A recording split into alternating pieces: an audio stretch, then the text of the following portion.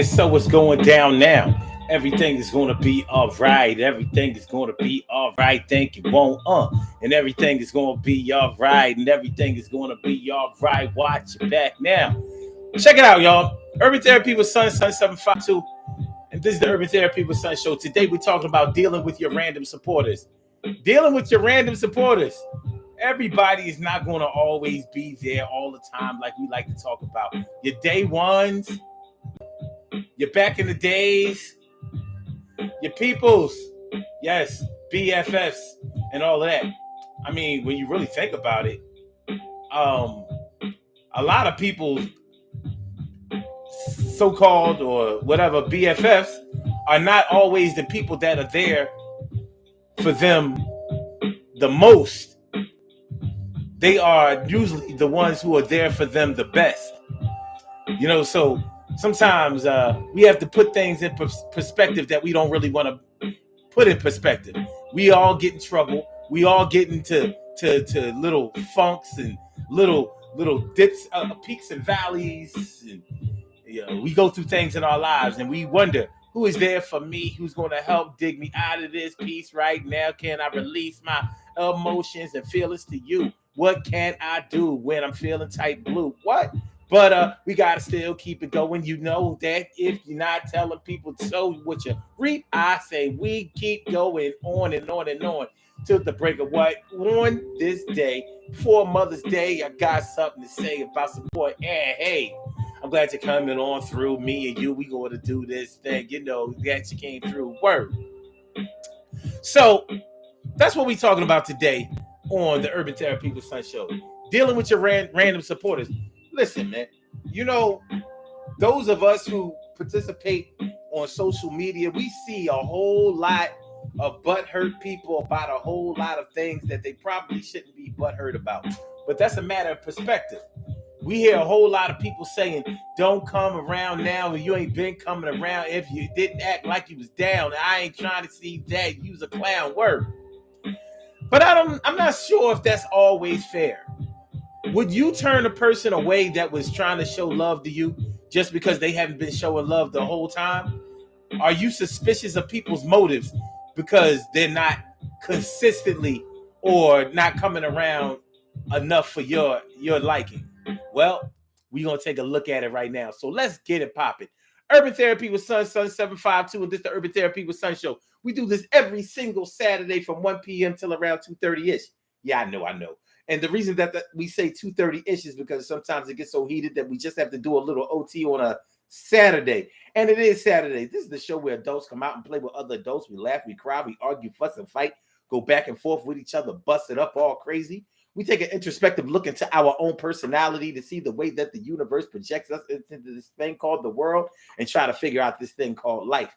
I'm your host, Sun 752, a.k.a. Omar with the... And if you can't say Omar with the... well, then you just say Omar with the R. This is the Urban Therapy with Sun show all up in your area. And today, on this beautiful Saturday, it ain't really beautiful. It's overcast. It's raining out there. It's a little bit cold, chilly, bone chilling and all that kind of stuff. It's like the spring doesn't really want to kick in, but the sun always shines. And I'm not talking about me ego-wise. I'm talking about the sun in the sky. And that's the reason that the light is out there. And sometimes we don't take time out enough to appreciate the light that we see. It helps us to be able to see things clearly. Metaphorically speaking, the reason that we are able to navigate our way through the day is because the light coming from the sun is behind the clouds, and somewhere else in the world is shining bright directly on them with no clouds to block them and no rain to wet them up. There's some places in the world where they will pray for rain. A lot of times we take it for granted, and in the United States we take a lot of things for granted. We do. We take a lot of things for granted, like our food supply. We take that for granted. And we have been conditioned to take it for granted because we have had it so plentiful, so bountiful, so much in abundance that we couldn't imagine life without it. So when we see little children and people starving, skinny, or swollen because of famine and things like that, wiping flies off of their skin and things like that.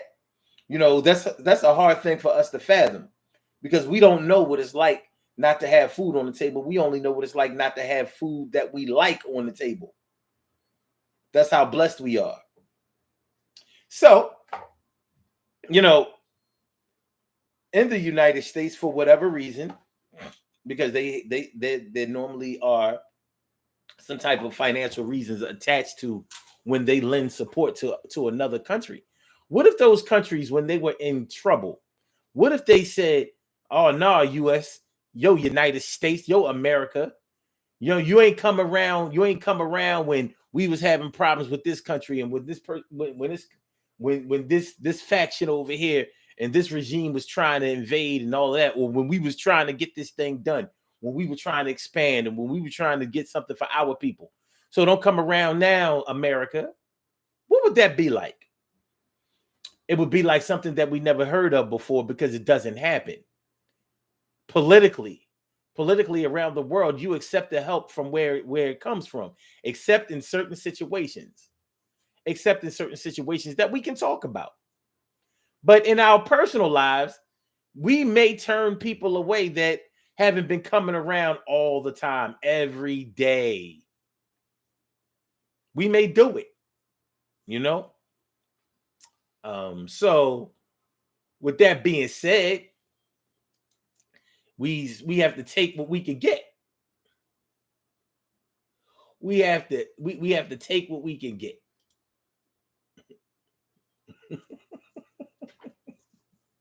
So when we talk about dealing with your random supporters, who are your random supporters versus your number one supporters? Can you have more than one random support? I mean, I'm sorry. Can you have more than one number one supporter? I don't know if we think about that.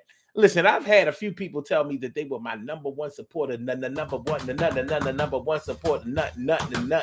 number one supporter. And I imagine in their minds that they were.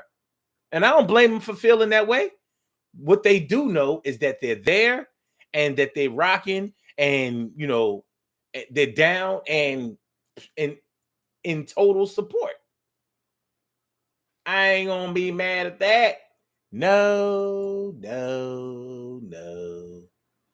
All right. Yo, what's going on, T. Carey? Right, morning, noon, and night. It's always great to have my peoples going directly into your site. And Emily Dunlap is in the house. Bow! She's about to turn it out. And Job Biggs, thanks for coming through. That's my kid. I'm glad you came on through. Did you know that I did?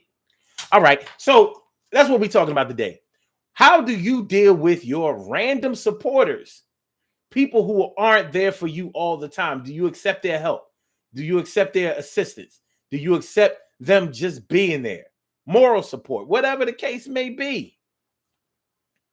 Do you send them away and tell them, don't come back until you're totally loyal? Some of us do that. Don't come around here. Don't come around here until you're going to be around here for good. When you support me, this is a life sentence. A life sentence. I don't know, man.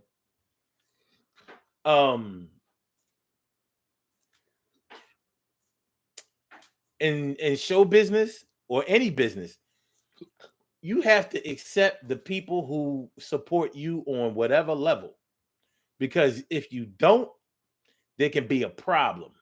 There could be a major problem with that. It can have a direct effect on your bottom line. So in our personal lives, a lot of times when we aren't supported the way that we want to be supported, or we turn away support, it can have a direct effect on the way that we feel about things. The way that we feel.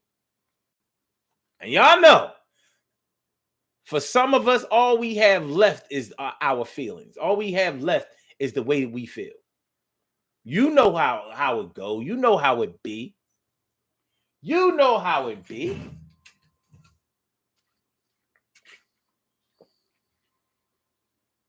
Sports. Shout out to Philadelphia 76ers.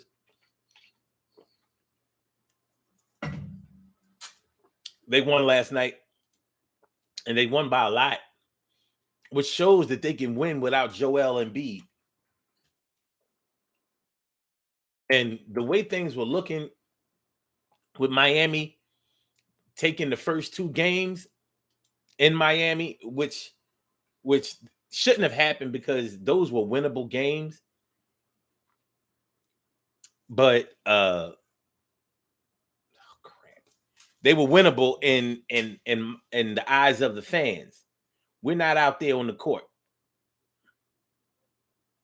We're not out there on the court in real time having to deal with what the players are dealing with. But one thing a sports franchise cannot afford to do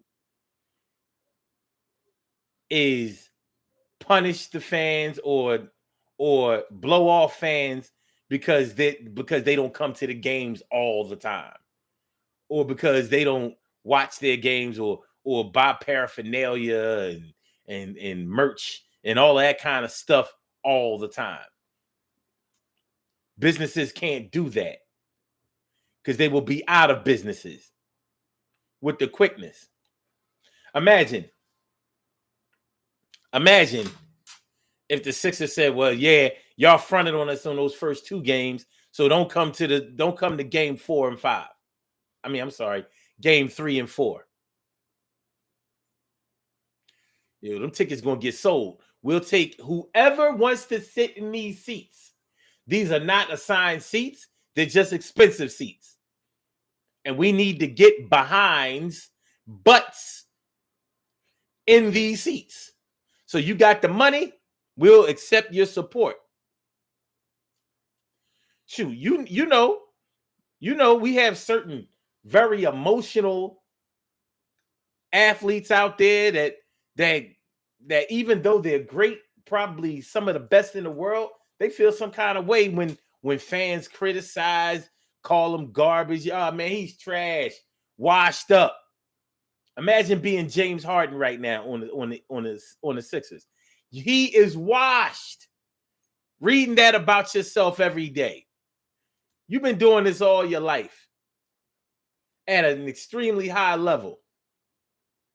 And just because you have had a consistent track record of not exactly performing up to standards in the playoffs, people are saying that you're washed up.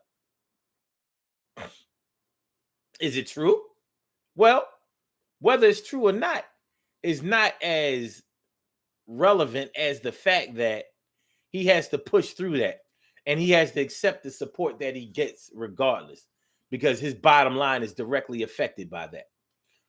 Nobody is going to draft a player or sign a player that the fans will not come out to see. It doesn't work that way. It's all business. Excuse me. It's all business. It's all business. So they can't let their personal feelings get in the way of this business.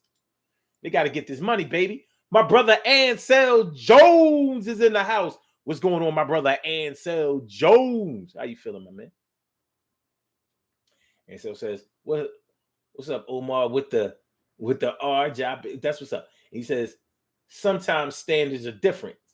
Job standards are different, making millions. That's right.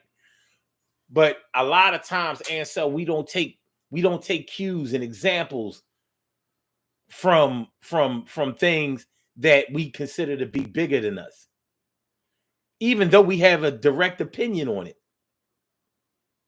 So I'm saying that to say this.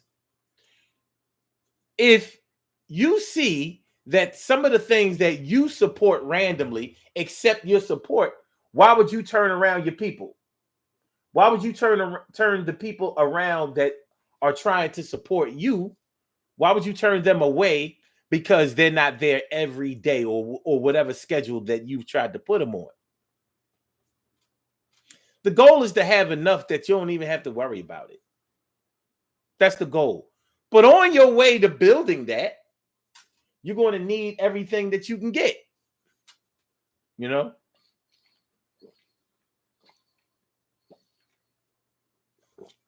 I remember Back in the day, Raekwon, the chef of Wu-Tang, he said, you know, what we do ain't for everybody. You know how he talk. What we do ain't for everybody. It's for certain niggas, certain fans. And I felt what he was talking about. I did. But when you break it down, he was talking a lot of shit. Because he sold his records to everybody, not certain niggas, certain fans. His record company wasn't trying to hear that shit he was talking about. Nah, these records are for everybody. Everybody buy a copy. Let us go diamond. Diamond is 10 million. It's very hard to sell that many records. Extremely difficult. Extremely difficult. There are only a few rappers who have done it. MC Hammer, I believe. Even Vanilla Ice didn't do that. Beastie Boys, no. Eminem.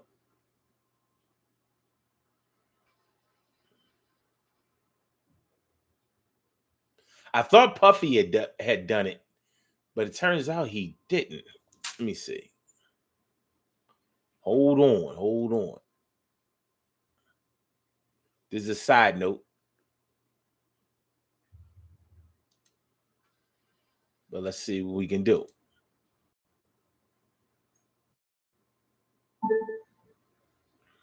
Rappers that have sold 10 million albums.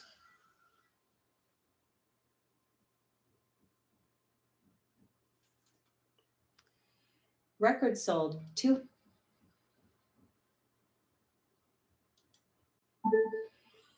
What rappers' albums have sold 10 million?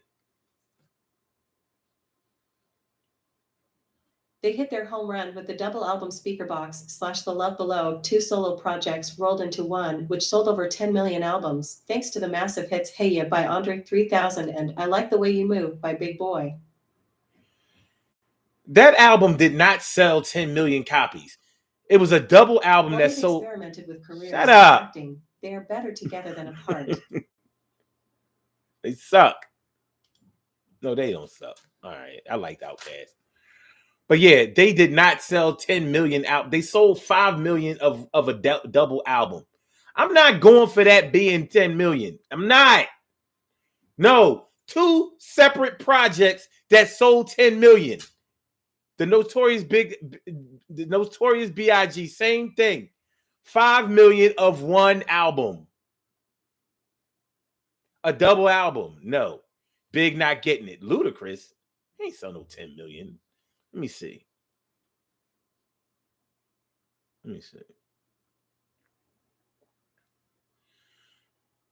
Ludacris? Let me see. Probably the known single after the millennium. Probably the best known single rapper. Come on. What album? Debuting on Timbaland beat Fat Rabbit.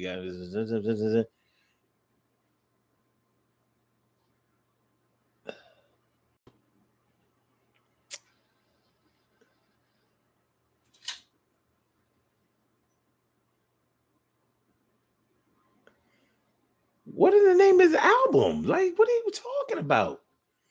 Oh, no, this is the highest selling rappers. I ain't asked you that. This is ridiculous.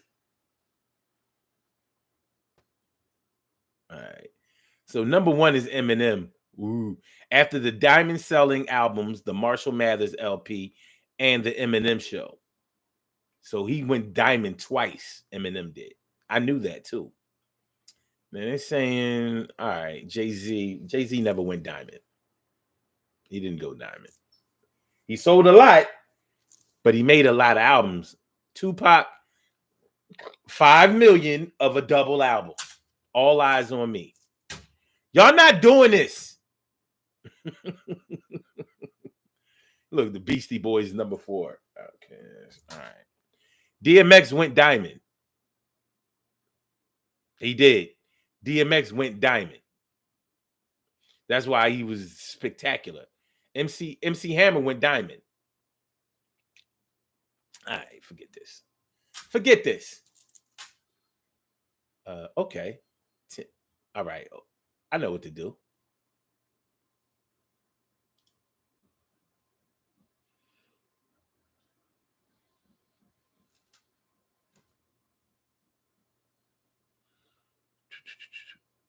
What is the best-selling rap album?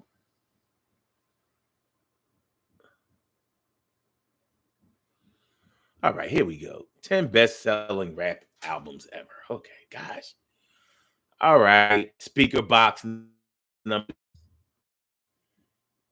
9. Marshall Mathers and Life After Death, Biggie. Okay. Like I said, I'm not counting that. MC Hammer. Please, Hammer, don't hurt him. That sold 10 million. Straight up and down. I remember it. I remember being pissed off about it, but hey. All right. Hold on. Yeah, Tupac, All Eyes on Me. Beastie Boys, License to Ill. License to Ill sold 9 million. Diamond is 10 million. All right, but cool. Nelly, Country Grammar, 8.6 million. 50 Cent, Get Rich or Die, Try It.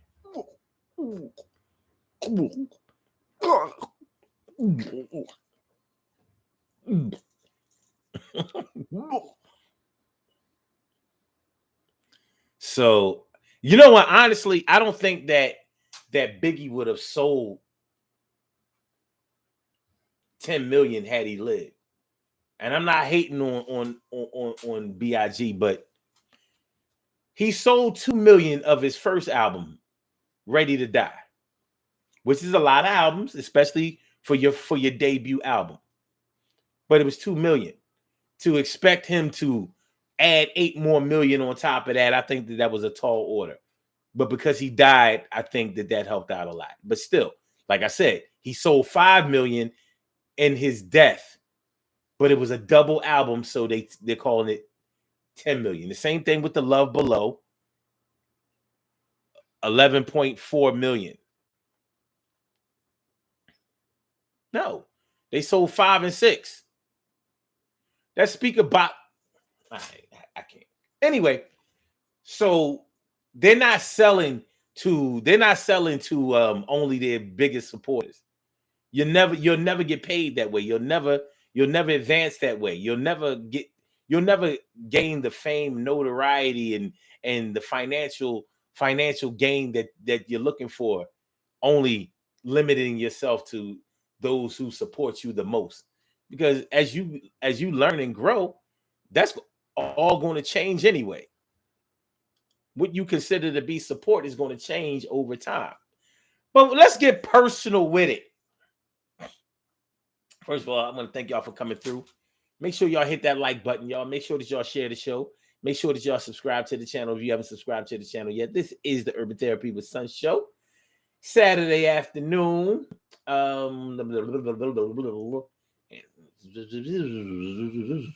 Stacy White says, in my case, they come around to be nosy. Okay. And so Jones says, Nas' album was a classic to the streets, but not to pop culture. That's right. Nas' first album, Illmatic, one of the greatest rap albums ever, didn't even go gold. It didn't go gold until his second album went platinum.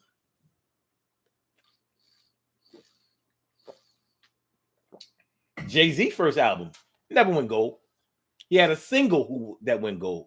Ain't No Nigga. Ain't no nigga like the one I got. No one can fuck you better. Yeah. Sleeps around, but he loves me a lot. Shout out to Foxy Brown. Yeah. Jay-Z didn't go platinum until his third album. His first 3 albums didn't go gold. He went straight from 300,000, 400,000 sales, but not gold, not certified gold, RIAA. No. Then when Tupac and Biggie died, it opened up a lane for him. Love it or hate it, respect it or not, it opened up a lane for him, and people were able to concentrate on Jay-Z a little bit more. People knew him and people liked him, but they just weren't checking for him like they were checking for everybody else. So while Notorious B.I.G., while Biggie and Pac and Wu-Tang and Nas and all of them were selling, while they were selling records, Jay-Z was the known good rapper who everybody was thinking like, yo, in a minute he's about to blow. He got the right stuff. But they had to get out of the way.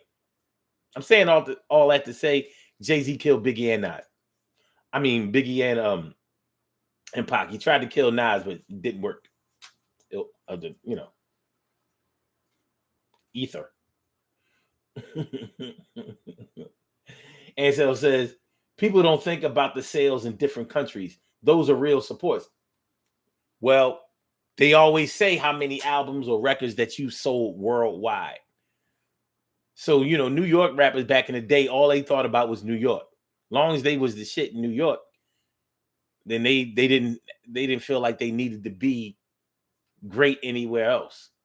And for a while, other rappers from other places felt like they had to make it in New York or they never really made it.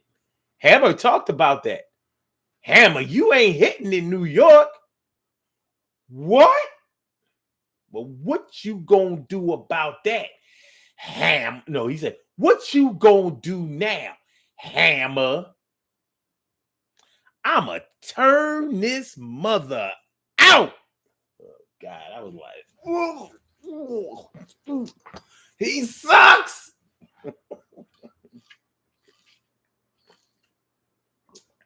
Funny because I respect Hammer now. But when I was 18, 19 years old, I was like, this guy can't rap. He sucks. He's bad. He's bad. But let's get personal with it, y'all. What about you? When the friends that you used to hang around with all the time, when you had a group of friends, when you was crew, when your boys or your girls, whatever, when y'all used to hang with each other like that, all tight, when y'all were young and y'all focus on everything in life was different. When it wasn't like that no more, when y'all didn't roll tight as y'all used to roll anymore, do you turn your friends away? Do you feel some kind of way? Do you feel abandoned by them? And when they come back through, call you, see how you doing, text you, knock on your door, go around your mom's house, ask about you, things like that. Do you feel some kind of way because they're not there? Do you try to punish people for coming around or coming back into your life because they haven't been there for a while? And I ain't talking about on no baby I'm back type shit like that. I'm not talking about, when we was together, when everything was good between me and you, and when it was all right, when I was taking you on trips and making sure that your kids had school clothes and Christmases and birthdays and all of that. It was all good when I was blah blah blah blah blah, when I was. I'm not talking about somebody that's coming back to get with you, in a relationship type of way. I'm talking about old friends, old people that people from back in the day or whatever that you really look to as support systems for you. People that you really considered to be your people and to come through for you and to help you out and to love you and to have your back, to be supportive in times when you really needed that support.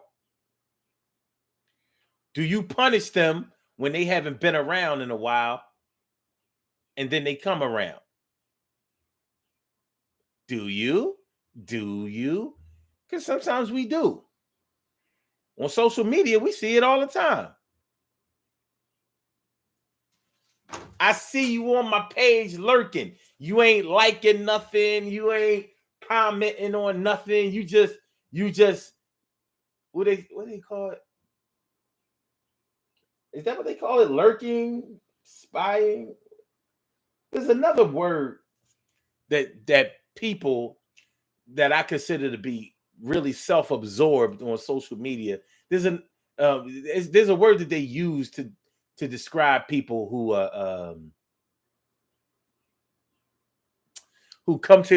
they suspect come to their pages but don't say anything or whatever. And Facebook got a little hip. Back years ago, you used to be able to tell who came to your Facebook page a lot, because the when you go to your page, the profiles of the people that were there, that came to your page, that visited your page a lot, would be on that page, the algorithm. So whether they commented or um or reacted or anything on your page, you kind of knew who was stopping by. It's not really like that anymore. You know what I mean? They took now the friends that you have most recently friended or accepted friend requests from are the people who are on on your, your page. How does it go? I don't know why I'm messing that up. Let me see. Yeah, when they show your friends list, it used to be the people that visited your page the most. They never admitted that, but you could tell. Like, so people be like, "I don't be going by your page or whatever." You like,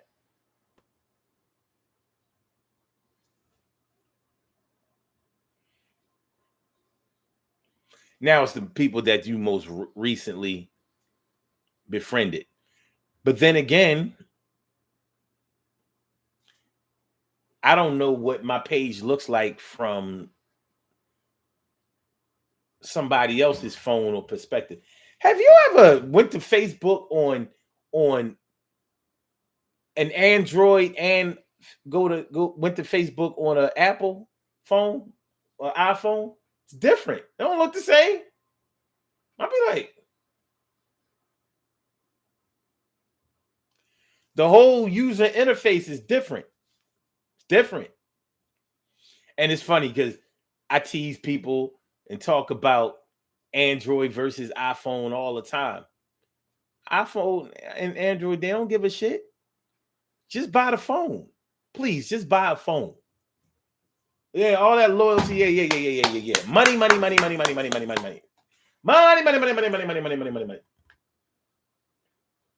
Ansel Jones says, imagine all of your social media friends support your business.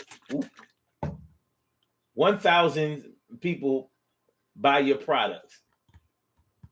Yeah, well, the problem is you would have a maximum of 5,000 people. Imagine if all your Twitter or all your Instagram people, if you have thousands and thousands of followers, imagine if they supported your business.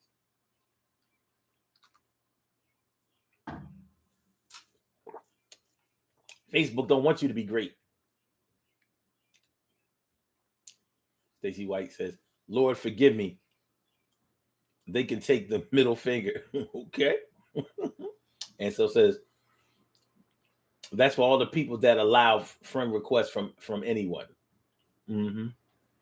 Stacey White says, lurking and then texting pictures of their life at some 7:30 a.m. Hell, I can see if it was a man. Oh, I don't know. You talking different. I'm not sure if I, I mean. I'm not sure if I'm saying. But nonetheless, I mean. But yeah. Who would y'all say are your number one supporters, your biggest supporters? Who would y'all say? Who would you say they are?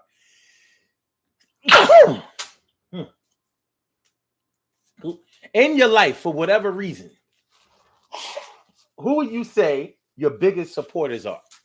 Who would they be? What would they look like? What are their profiles like?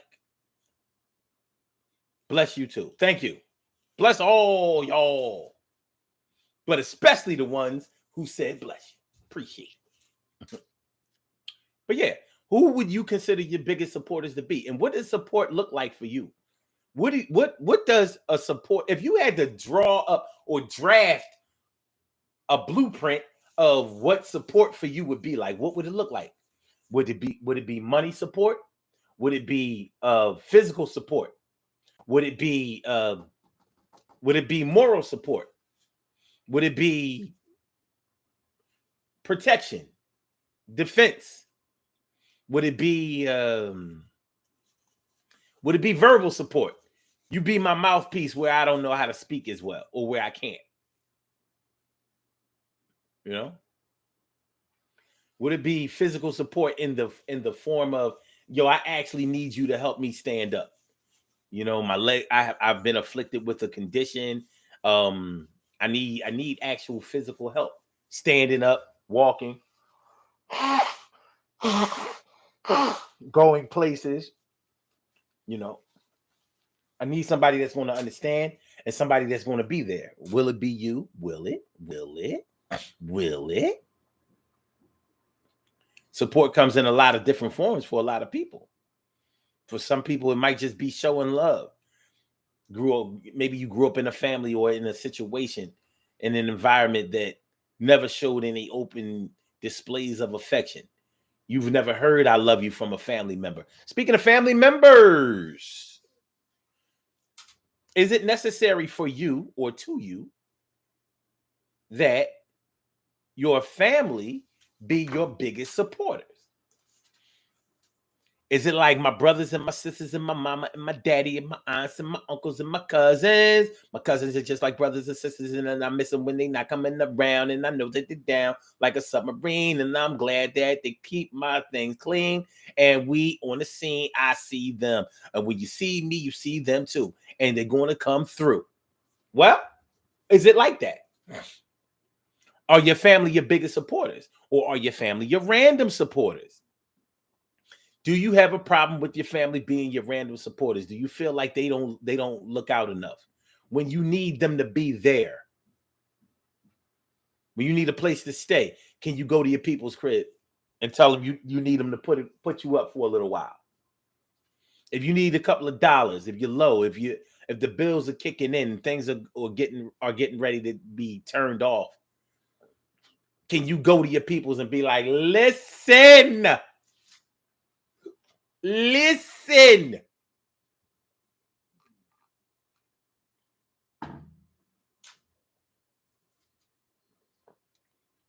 I need you to hold me down.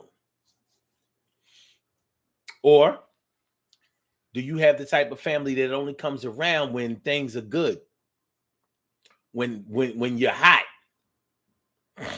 Everybody loves things that are hot. Things that are heating up, things that are blowing up. People love to be a part of that. It's popularity. It's the in thing. And some people only support things that are climbing or that are already hot. Things that people are already interested in. Some people are like that. And we have to deal with those kinds of people in our lives. But how do you personally deal with people who are like that in your life? Do you tell them, get to stepping, or before I get my weapon and wipe y'all all out? That's no doubt. I'm tired of y'all. And I tout my... Now, I'm putting it like this. What do you do? What do you do when the people that you want to be your biggest supporters are really your random supporters? Now, there's no doubt that in my life, personally, y'all are my biggest supporters. Without a doubt. Everybody you see in this chat comes here on a regular basis, daily basis. And even if you don't make it every single day visibly, a lot of y'all listening in the background, checking things out. Y'all have lives, or y'all check the show out later on. You know what I mean?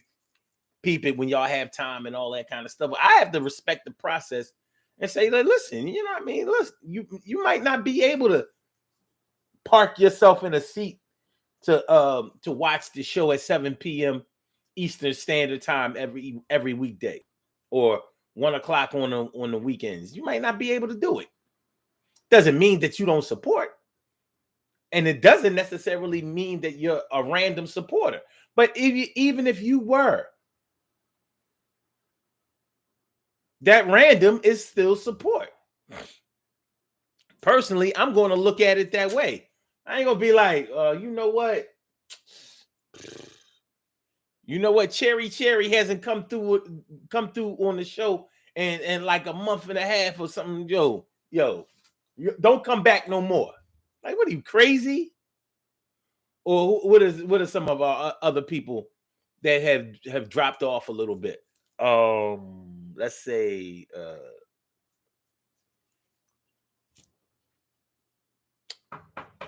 Tag. I was just thinking about her the other day. Charlene Curry. Remember, y'all? Charlene Curry.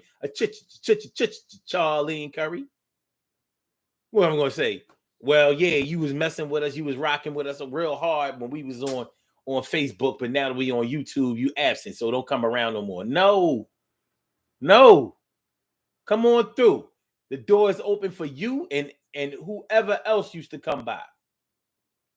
And it will always be open as long as we here.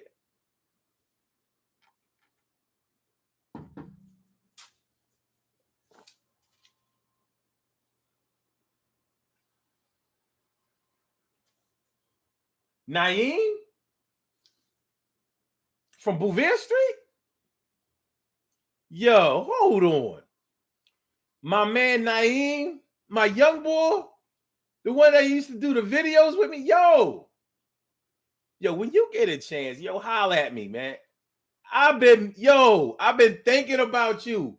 I still watch those videos. My dude. That's my young boy on the block. He used to be down with the Dollar Boys. They used to dance in my videos or just come through. Yo, I miss y'all, man. The block ain't been the same since you left. I be asking about you. For real. My dude.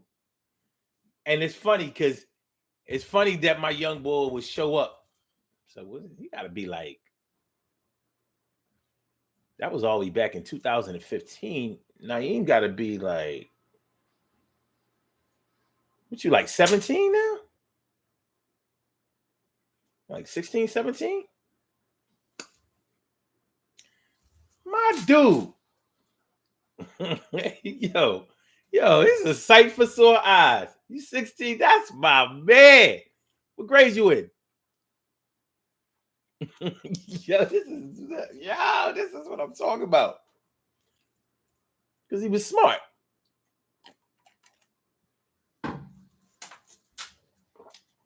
That was my leader of the young boys back in the day.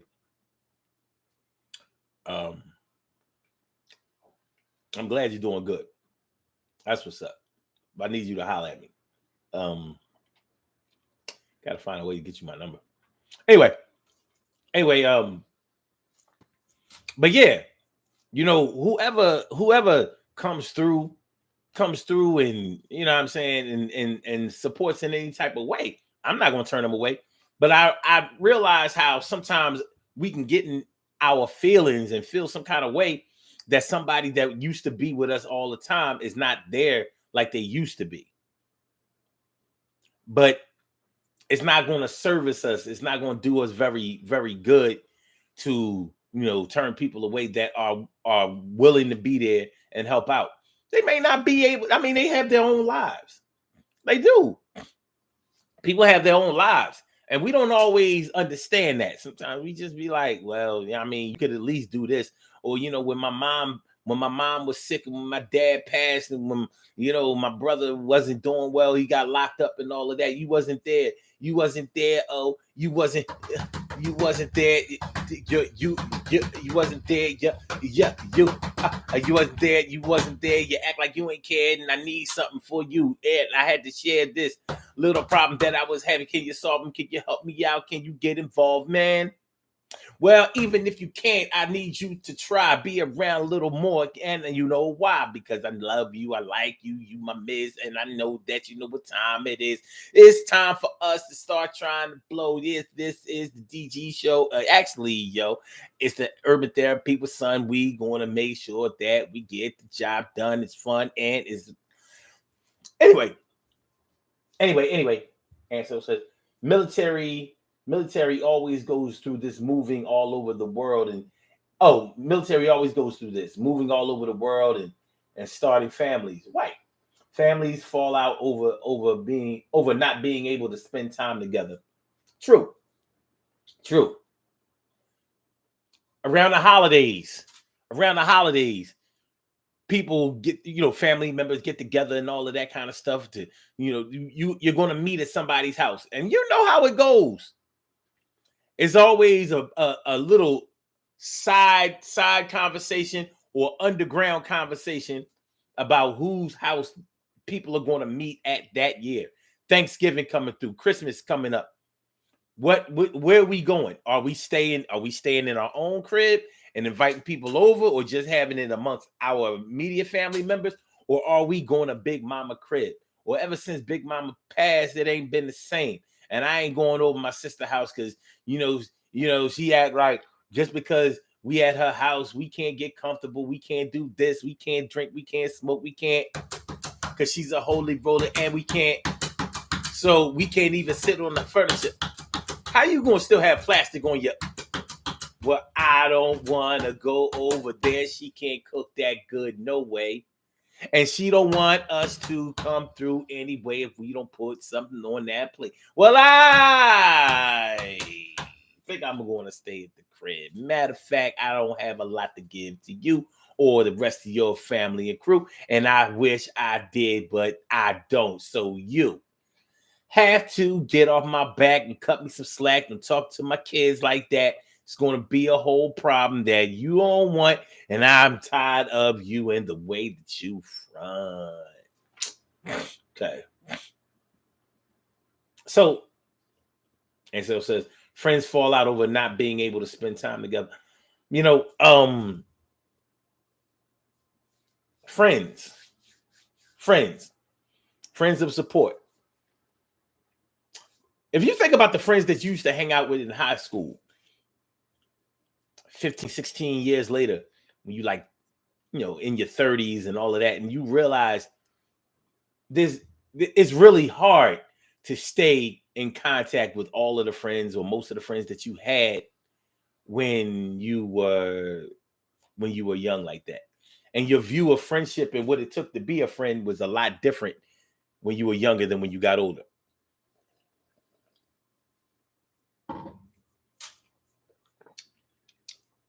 Before you had a job, before you had responsibilities, before you had children, before you had a life, before you had a house, before you had a spouse, before you had a whole lot of things, before you had to pay bills on a regular basis, before you had to build up your paper, your money, keep a job, before you had to fight your way in and out of court and take what life has given you. Before all of that, you expected your friend. You thought that you and your friends will always be the same. Y'all gonna always be together. We go together like shabba-la-ba-la-la, shiggity boom de boom. Can't always be that way, and we can't always feel some kind of way about it. But we will. We might. How do you deal with your random supporters? I already asked the question. Are your family members your biggest supporters, and is that a requirement for you? Do you need them to be your biggest supporters? Do you need that from your family peeps? Some of us might say yes, some of us might say no. A lot of people feel like their family ain't really family. What do we hear people say all the time? Your blood family ain't always your real family. Your family are the people who look out for you, who have your back, who take care of you, who really support you in some kind of way. Family ain't family no more. I don't know. If they still here, they still family like they were. But we have to take into consideration that we're learning, we're growing, we're advancing, and we're moving on from places that we were before. And a lot of times we get in our feelings because we're really trying to stay in a place that we were before, and we're frustrated that it can't be that way. And we figure it would be that way if some people would only cooperate.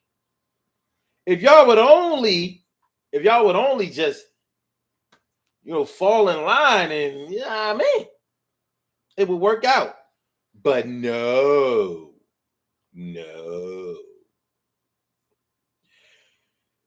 Well, yeah. Yeah.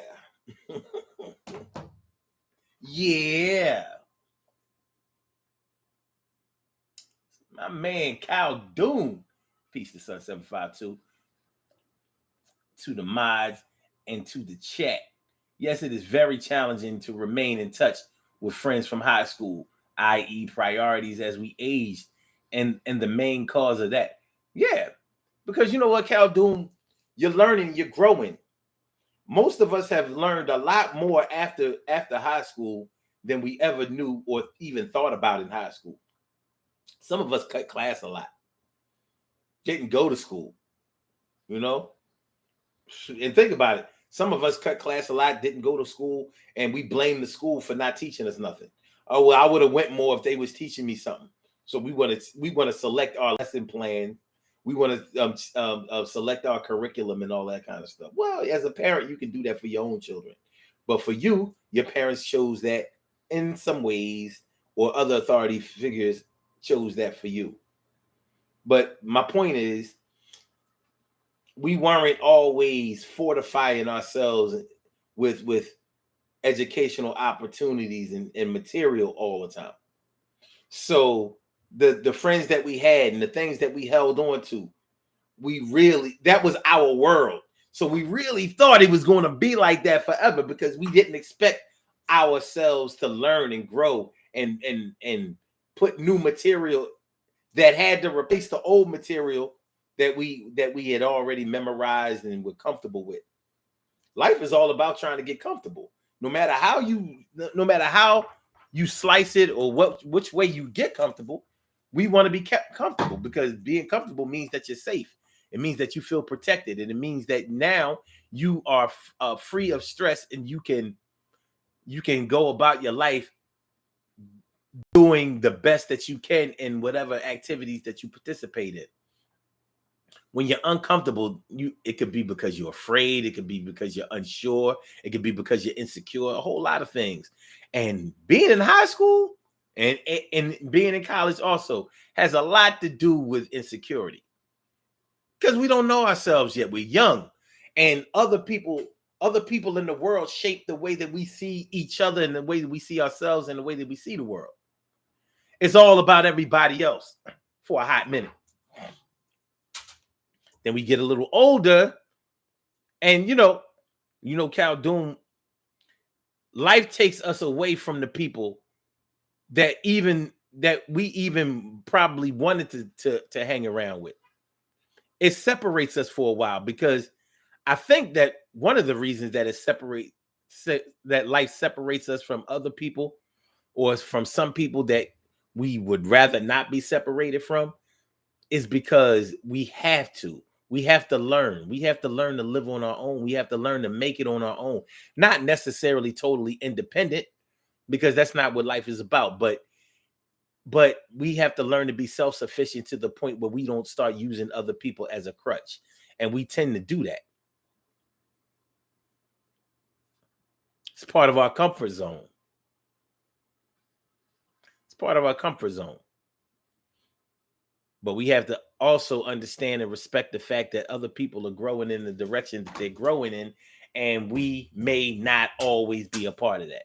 We may not always be able to participate in that.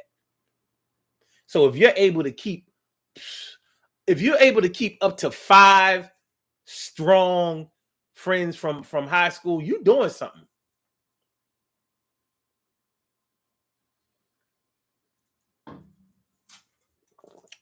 like in constant connection with them, in constant contact with them, you're doing something. That's large, man. That's large. Freedom and justice now. My man Rise. What's up, my dude? That's my man's.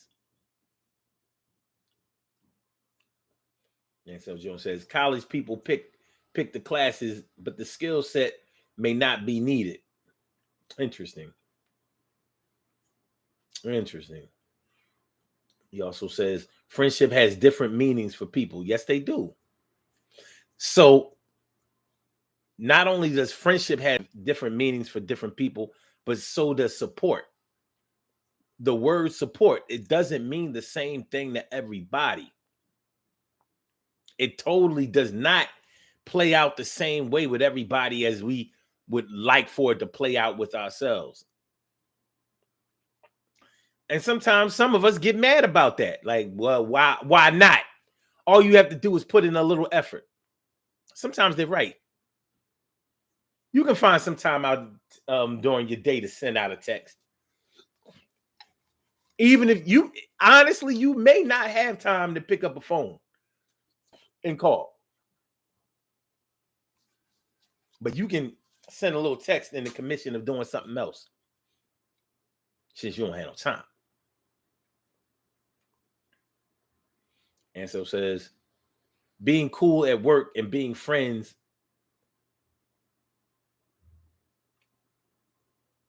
Wait, being cool at work. All right. So I think what you're trying to say is, you know, when you befriend people that you work with at the job, on the job or whatever, sometimes it's a little different than when you invite those people from work into your personal life. Man, I wish.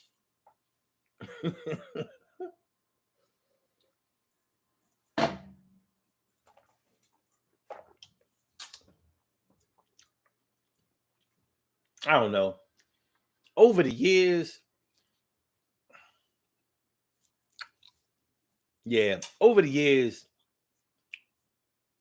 I have relied less and less on the support and love and friendship from people that I work with. But that's me, because I've had to conduct myself in a certain kind of way, rather unorthodox at most of the jobs that I've had. But that's me. How do you deal with your random supporters? Like I was asking before, earlier in the show, do you turn people away that aren't with you every day? You wasn't there. You wasn't there when we was shooting. When we was shooting 300. I don't know what's wrong with my brain today. 300 free throws in the gym. Like, so what? So what? Only person that needs to be with you when you shooting 300 or 100 free throws in the gym is your coach. Get your form right.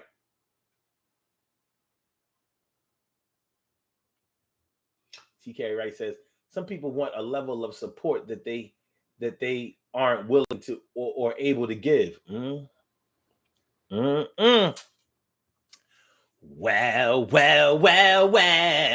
and that's true.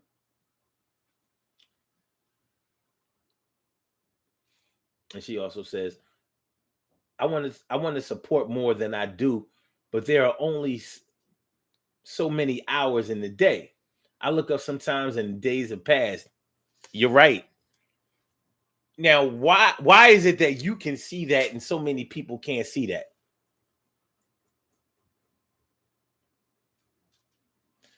Why is it you can understand why you may not see somebody that you would like to see more often? Why is it that you can understand that, or you can pick it apart and find some reasoning in it when other people be like, no new friends, no new friends, no new no new friends. Oh, please.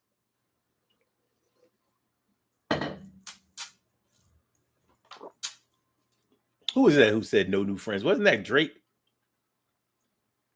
I'm telling you, these rappers be killing me. You talking about some no new friends. Forget about that. I want to hear you say no new sales. No new sales. Don't buy my album. If you ain't bought my last album, don't buy this one. You gonna do that? I think not. No. I don't think we gonna do that. You might not want to play them types of games. That's a dangerous path to go through. Go down financially. No new sales. Don't buy my new album if you ain't buy my last album.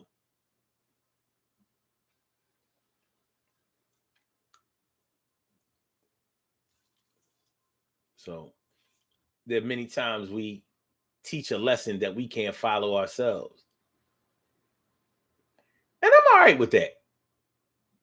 For this reason, I'm all right with that because you know how so many times we are conditioned to say things like, how you gonna tell me how to get my life right when your life ain't right?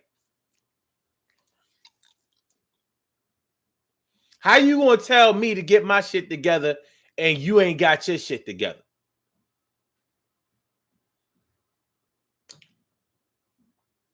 Probably the same way as your coach shows you how to play better when he ain't playing.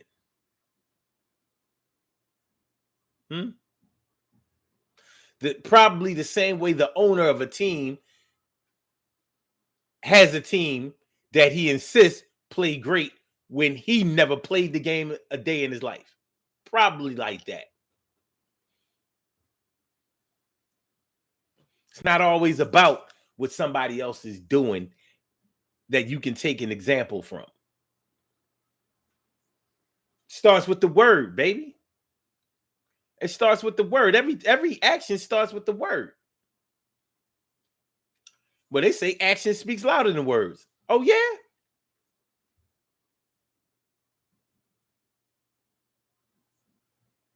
Well, you know, I've been debunking that theory for years. Like, actions don't speak louder than words. Louder words speak louder than words. Actions say what they say, and they say a lot of different things to different people. If we didn't learn that actions don't speak louder than words from any example, all we have to do is go back to the Trump era. Last year, the year before. Trump supporters will tell you at the drop of a dime, he's doing all of these things behind the scenes. It's all about policy. Y'all worried about what he's saying on camera. And I'm like, well, his actions behind the scenes aren't something that we can interpret because y'all not seeing his actions behind the scenes. Y'all seeing transcripts of his supposed actions behind the scenes, but how are you going to be on the scene of the TV all the time and be doing anything behind the scenes? That's not him. He has a team of people around him that you may have been seeing policy changes with. It wasn't him. He's on TV all day.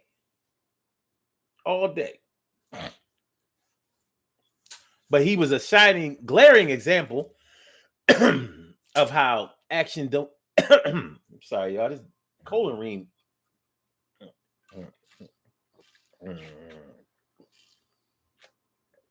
Okay. Better. He was a glaring example of how actions don't speak louder than words. Actions are misinterpreted even more than words are a lot of times. At least with At least with words, we'll say, well, even if we understand what somebody was saying and where they was going with it, we'll ask, you ain't have to say it like that. But with somebody's actions, we be like, I ain't got no words for that. I saw you. I saw you. Ain't nothing you can say about that. Nothing you can say. No, no, no.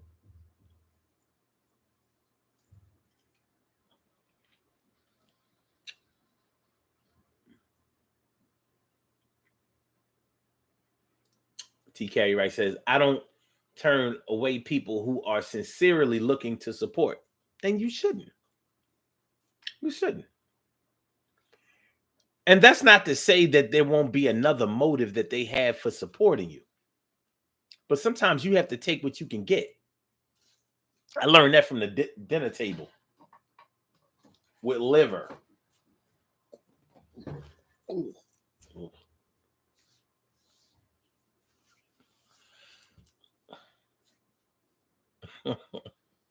Liver.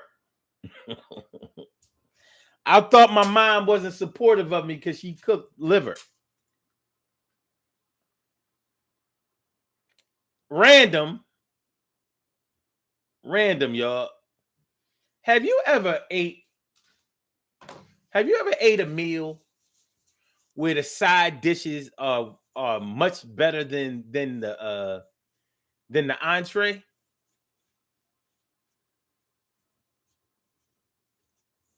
Like, yo, let me get another plate of stuffed mushrooms. Nah, man, take that steak back. Get that chicken out of here. No, I don't want none of that lamb. Give me another plate of hot wings, some stuffed mushrooms, and some mozzarella sticks. Yeah, we gonna eat a la carte.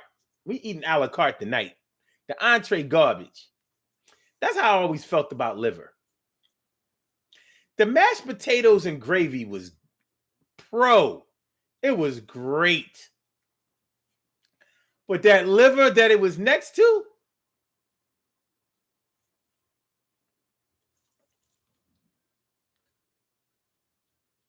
not so great.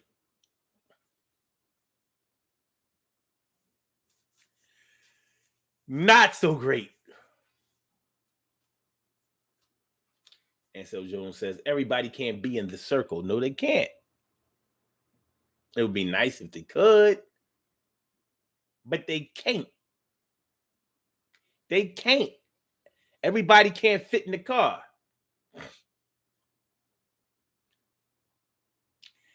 Everybody can't fit in the car.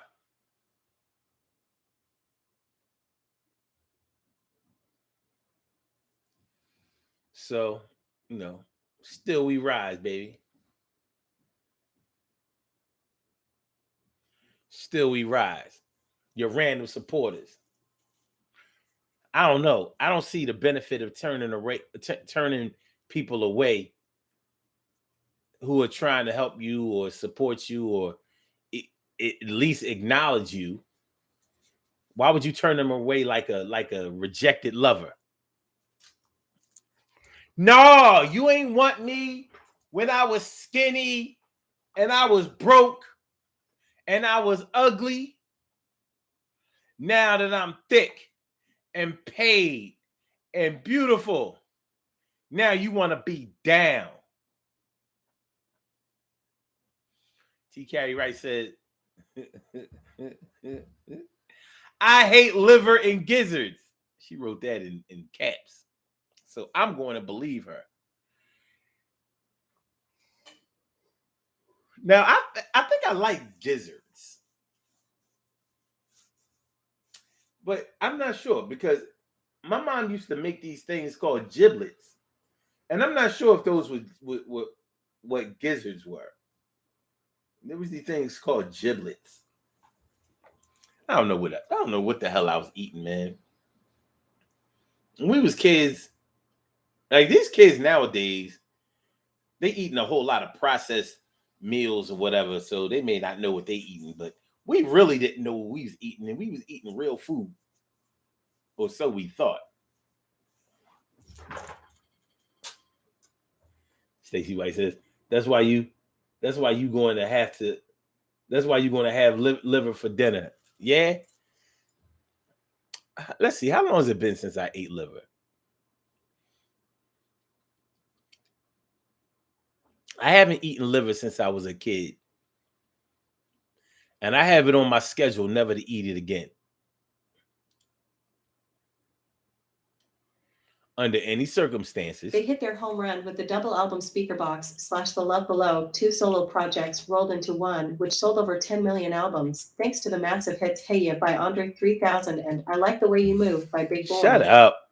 While they've experimented with careers and acting, they are better together than apart. Shut up.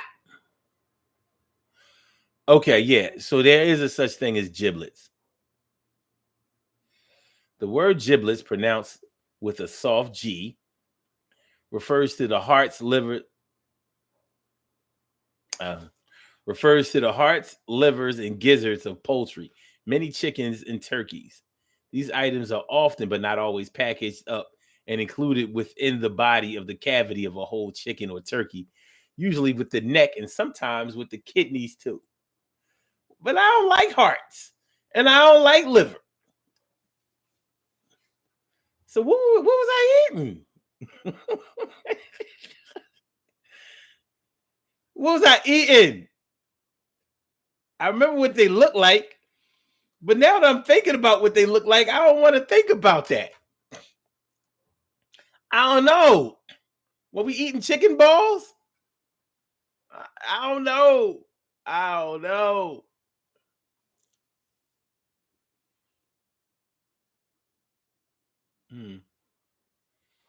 I'm feeling some kind of way.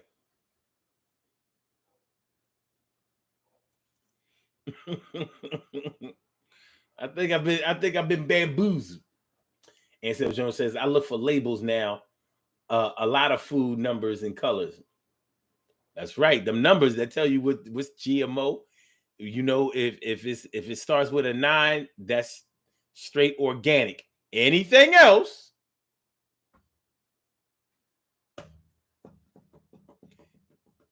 they tell you that if it starts with a 3 or 4, that means standard.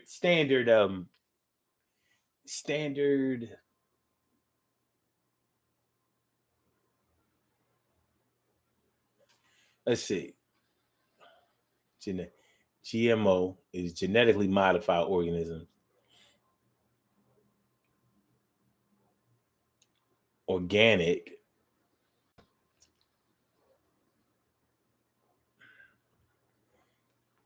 If it's grown with if it has a label 3 or that starts with the numbers 3 or 4, they call it standard. In other words, it's grown the regular way, not GMO, but no, it's GMO.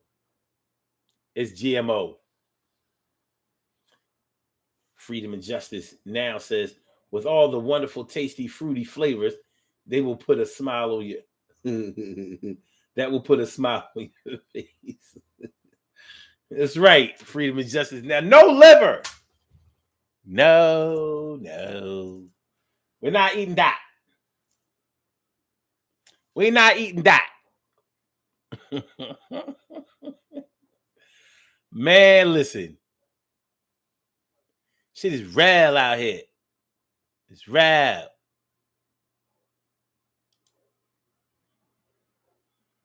Very real. All right.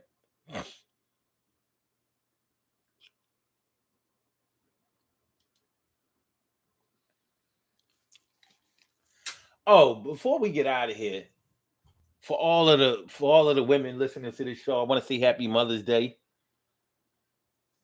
early. I want to say Happy Mother's Day, and I hope that tomorrow brings y'all all of the joy that hopefully motherhood has brought to you. Peace and love and much respect to each and every one of y'all. Y'all have done your part to populate this earth and to, or should I say, populate this world. And most of you have done the best job that you could to raise us in a way that is respectable, respectful, worthy, and of high value. Love, peace, and respect to all of the great mothers out there. And thank you. Thank you. I appreciate your service. I really do. All right. All right, y'all. We're going to get ready to get on the out of here. Let's do these birthday shout outs. We have some birthday shout outs to do. Some people were born on this glorious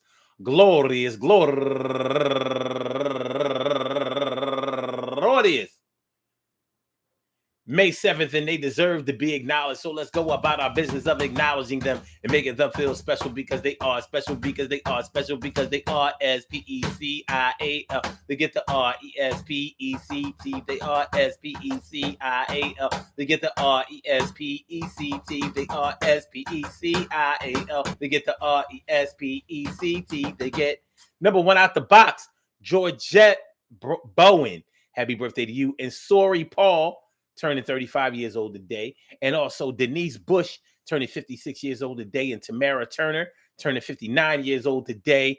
And William J. Ashmore, turning 46 years old today. And Becky McGaster, happy birthday to you.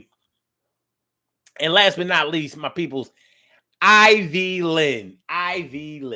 I want to say happy birthday to you. I want to say happy birthday to all of y'all and anyone else out there who shares this birthday on this glorious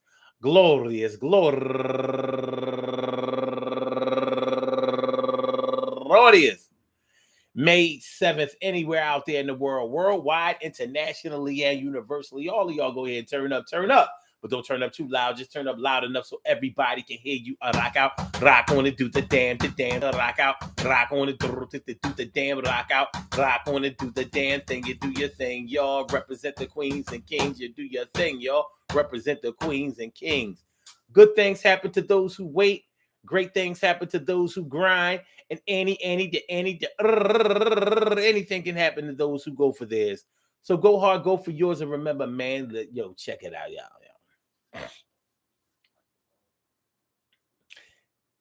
Dealing with your random supporters, you may not even be able to deal with your greatest or number one supporters at all times. One thing that's important for us to realize is that we're constantly evolving, growing, advancing. We're trying to organize ourselves, organize our thoughts, organize our lives. And each and every one of us are trying to do that. So, I would encourage people to try to keep the bond strong that you've had with people over the years. Keep the love there and be there when you can. Try your hardest not to let people feel like you've forgotten about them, don't care about them, neglecting them, or have casted them aside, because nobody feels good in that scenario. But when good people have not necessarily exited from your life, but faded out, and they trying to color themselves back in, I would say give them a chance. You may need that same chance again one day. So as you remember the good times, don't turn away the new good times because you feel like somebody threw away the old good times and you mad. Yeah, you mad? Come on, man, we're gonna work through it. Will there be a show tomorrow? I think so. I don't want to interrupt y'all Mother's Day, so we're gonna see about it. Nonetheless, I got a lot to do today, so I'm gonna go out and handle my BI, even though I just want to climb back in the bed. Nigga tired. Peace to all my day ones, my everydays, and my brand news. I love y'all to death, resuscitate y'all, and love y'all right back to life. Make sure y'all hit that like button. Make sure that y'all share the show. Make sure that y'all subscribe to the channel if you haven't subscribed to the channel yet. So with that being said, Blog Talk, we out here. And for my YouTubers, hold on. Okay. Wait a minute. Thank you for using Blog Talk Radio. Goodbye. And for my YouTubers, you know just how we do, but thanks for coming on through. See you on the other side, my boobers. Peace, y'all. And one love.